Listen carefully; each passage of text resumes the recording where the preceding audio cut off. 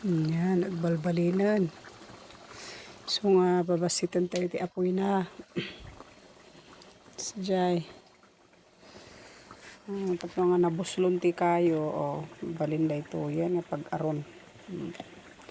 So nagsinglad kayo ti lana or ladak. Ito. Ito usaran nyo nga pagsungrod mo't lang. Tapno saan nga nabuslon ti kayo, di ba? Yan, kita biyay. Mabidang. Ba? Ang lakas ng apoy na. Lumakas na. Oh no. Oh no. Wait lang. Ay! Tumayab. Wait. Grog-grogin. Pag-uumpisa ng maging ladak.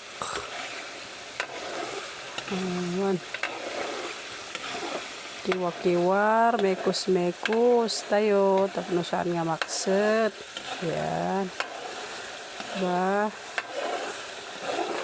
Ayan. Sige. Malapit na. It takes a minutes lang.